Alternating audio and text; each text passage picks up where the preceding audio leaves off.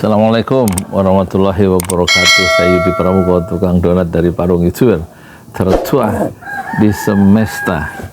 Alhamdulillah wassalatu wassalamu ala rasulillah. Saya barusan dapat WA ya dari kawan saya di Nederland, ibu-ibu. Fans saya memang ibu-ibu ya, rata-rata begitu, nggak ada yang gadis. Dibilang kalau ingat Indonesia katanya rindu pulang kampung, tapi kalau lihat pemerintah, wah amburadul, dia marah katanya rindu pulang kampung, tapi lihat pemerintah yang amburadul dia marah katanya. Hukum katanya bisa diakali, ini kata ibu ini, bukan kata saya. Lihat katanya rakyat, ya hukum itu hanya untuk jebakan katanya, untuk orang-orang yang nggak kuat. Lihat katanya tanah dirampok di mana-mana, ya kan. Parah katanya, kata ibu tadi. Dia orang Jakarta tapi udah puluhan tahun di sana, di Nederland, di Belanda. Itu dia tinggal di negara bekas penjajahnya sendiri.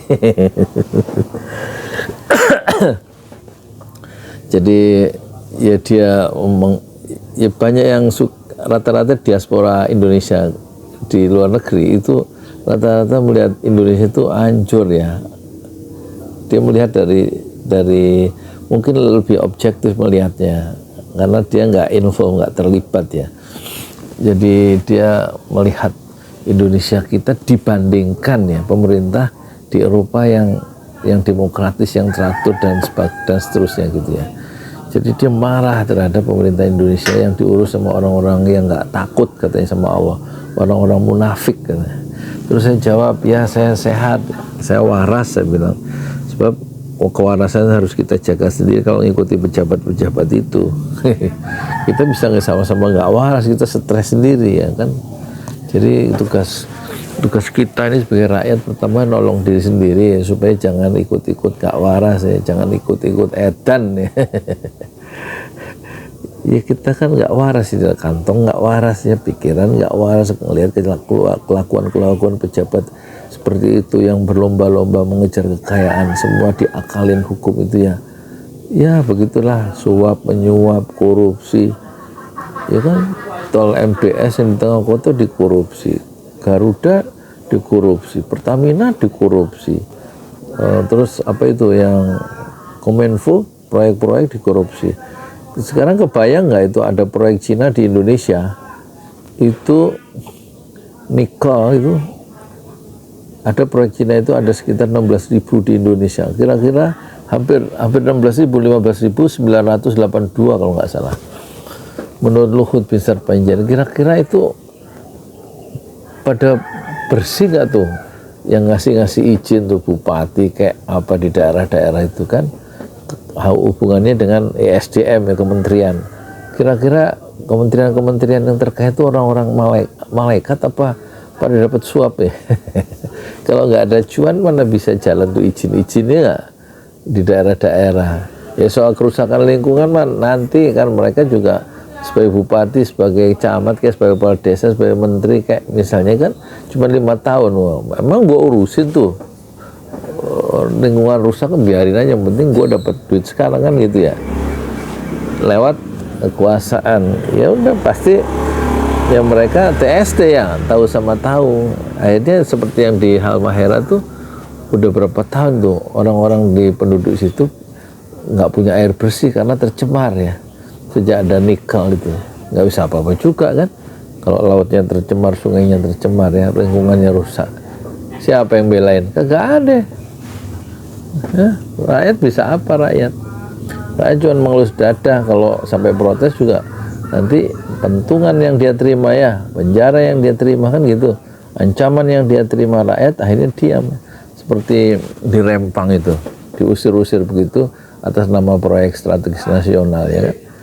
Nanti yang Pantai Indah Kapuk di pantai utara Jakarta semuanya jadi proyek strategis nasional milik orang-orang asing, orang-orang yang punya uang ya.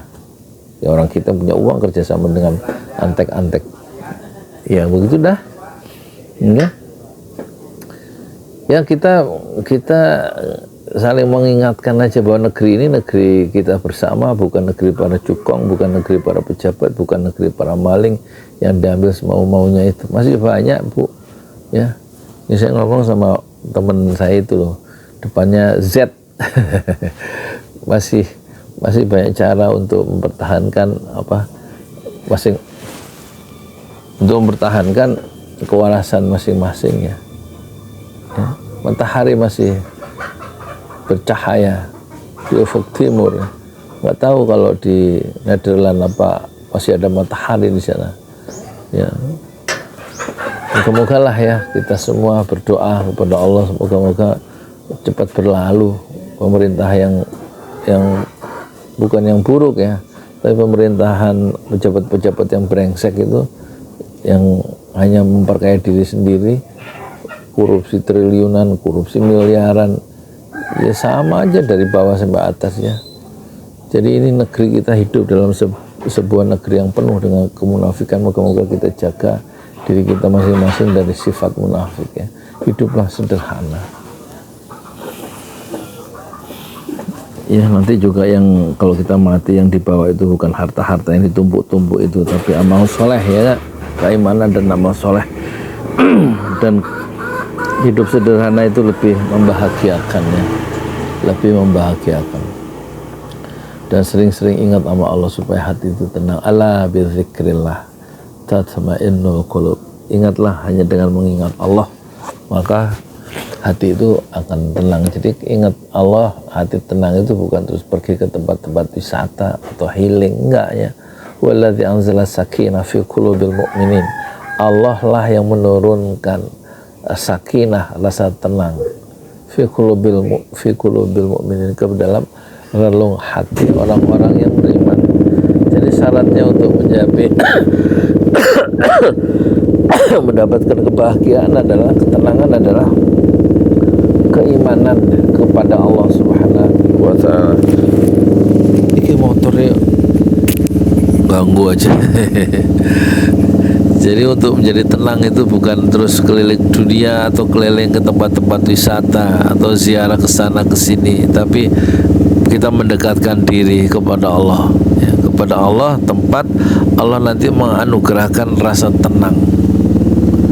Sebenarnya kita ini, Allah itu dekat ya kepada hamba-hambanya. Allah itu dekat kepada manusia. Cuman kita ini memang yang menjauh, itu persoalannya. Oleh karena itu dekatkanlah kita dengan membaca Quran misalnya. Itu salah satu teknik untuk mendekatkan diri kepada Allah, dengan membaca Quran. Zikrullah, ingat kepada Allah. Afdalul zikri, sebaik-baiknya ingat kepada Allah adalah qiraatul Quran, kata Rasulullah sallallahu alaihi wasallam. Iki apa sih, lama bener sih, cepet berlalu. Cepet berlalu pemerintahan yang zalim. Cepet berlalu motor maksudnya. Ya kan?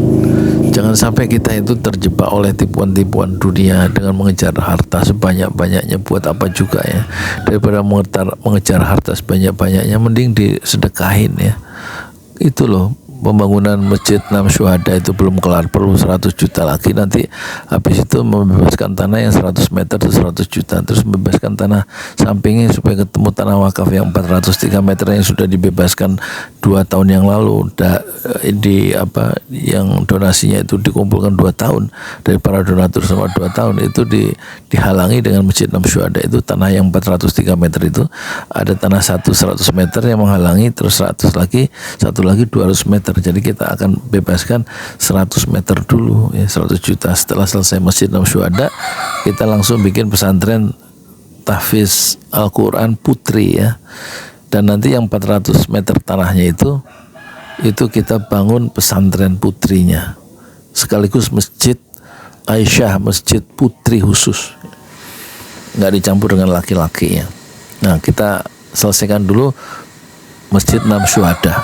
Masjid 6 Syuhada lantai 2 untuk tempat pelatihan anak-anak muda, bisnis online, desain grafis, aplikasi Photoshop, ngedit, editing dan lain-lainnya, termasuk editing film dan lain-lain insyaallah, dan termasuk studio podcast 6 Syuhada di lantai 2 di Masjid 6 Syuhada yang kita perlukan kira-kira 100 juta lagi. Terus habis itu kita membebaskan tanah yang 100 meter di sampingnya dan membebaskan tanah 300 meter supaya nanti nyambung itu 400 sama 300 meter sama 120 meter yang wakaf untuk pesantren untuk Masjid Enam Syuhada, dan nanti langsung kita bikin sekolahnya, sekolah khusus putri SMP Islam ya, tahfiz Quran.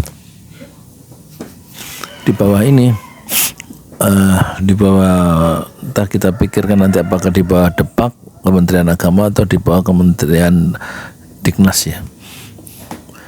Jadi lebih baik daripada ngurusin pejabat, lebih baik sedekah ya. Kirim aja ke BSI Bank Syariah Indonesia 81 BSI 1012 656781 untuk pembangunan Masjid Enam Syuhada dan pembebasan tanah 100 meter.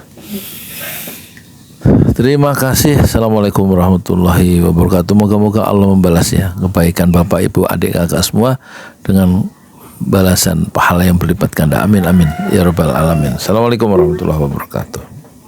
Di jalan Allah. Ini Masjid Enam Syuhada lagi dikunjungi sama Ketua Hilmi. Modal awalnya berapa Pak Yudi Pramuko? 750.000. 750.000 rupiah aja. Jadi ini 500 jutaan nih barang. Sekarang udah habis 310. Masya Allah, tuh udah pakai keramik, laponnya tinggal. Granit tuh kayak marmer. Tuh, Masya Allah nih, sampai juga kita ke sini. Masjid Enam Syuhada, ngapa namanya Masjid Enam Syuhada Ya, Pak Yudi? kita mau mendokumentasikan perjuangan dakwah nama anak muda pengawal Habib Rizik Syihab itu. Masya Allah. Yang dibunuh sama orang jahat di kilometer 50. Kilometer 50 ya. Itu kan simbol memperjuangkan dakwah itu kita harus memberikan segalanya untuk Islam kan ya. Untuk Masya dakwah Islam. Allah. Dan nama anak muda itulah yang sudah memberikan segalanya untuk Islam. Masya Allah. Apa nanti nama pemuda itu ada juga di sini mungkin diterapkan? Mungkin namanya Enam Syuhada. Enam Syuhada itu, ya. Enam Syuhada dipasang di sini, Enam Syuhada. Bipali, apa yang dikomentarin dari ini semua, Bipali? Masya Allah, luar biasa. Dari uang 700.000, kalau pengen ternyata bisa. Bisa. Allah kirim. Tuh, bisa. Ya, dengan masuk satu gang kecil, tapi Bapak ini luar biasa. Kecil tuh. Masya Allah kan? Satu call aja. Masya Allah. Perjuangan Pak Yudi Pramuko, YouTuber sejagat paling tua. Tertua di semesta. Tertua di semesta. Masya Allah. Tukang donat. Tukang donat. Tukang donat dari Paru. Ini saya laporkan dari lapangan ini, langsung dari Masjid Enam Syuhada. Masya Allah. Dan ini dia. Dalam lihat ah.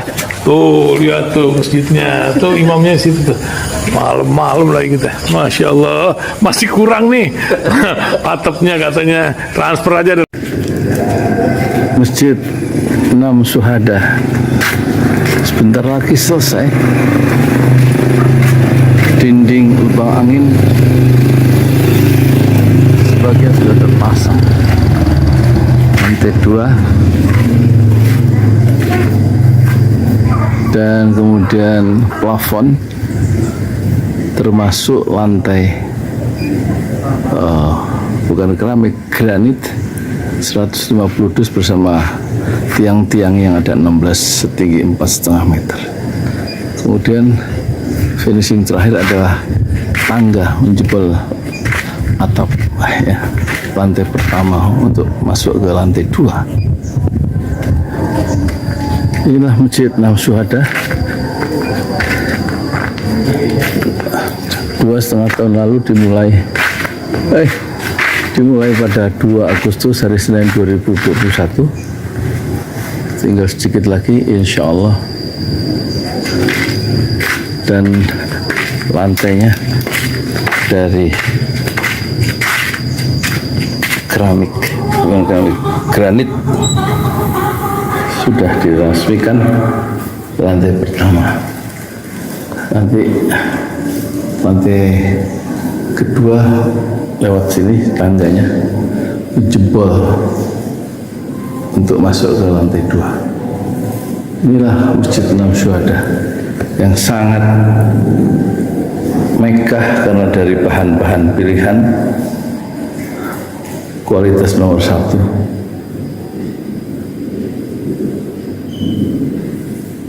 Tinggal sekitar 80 juta lagi finishing lantai atas selesai, insya Allah.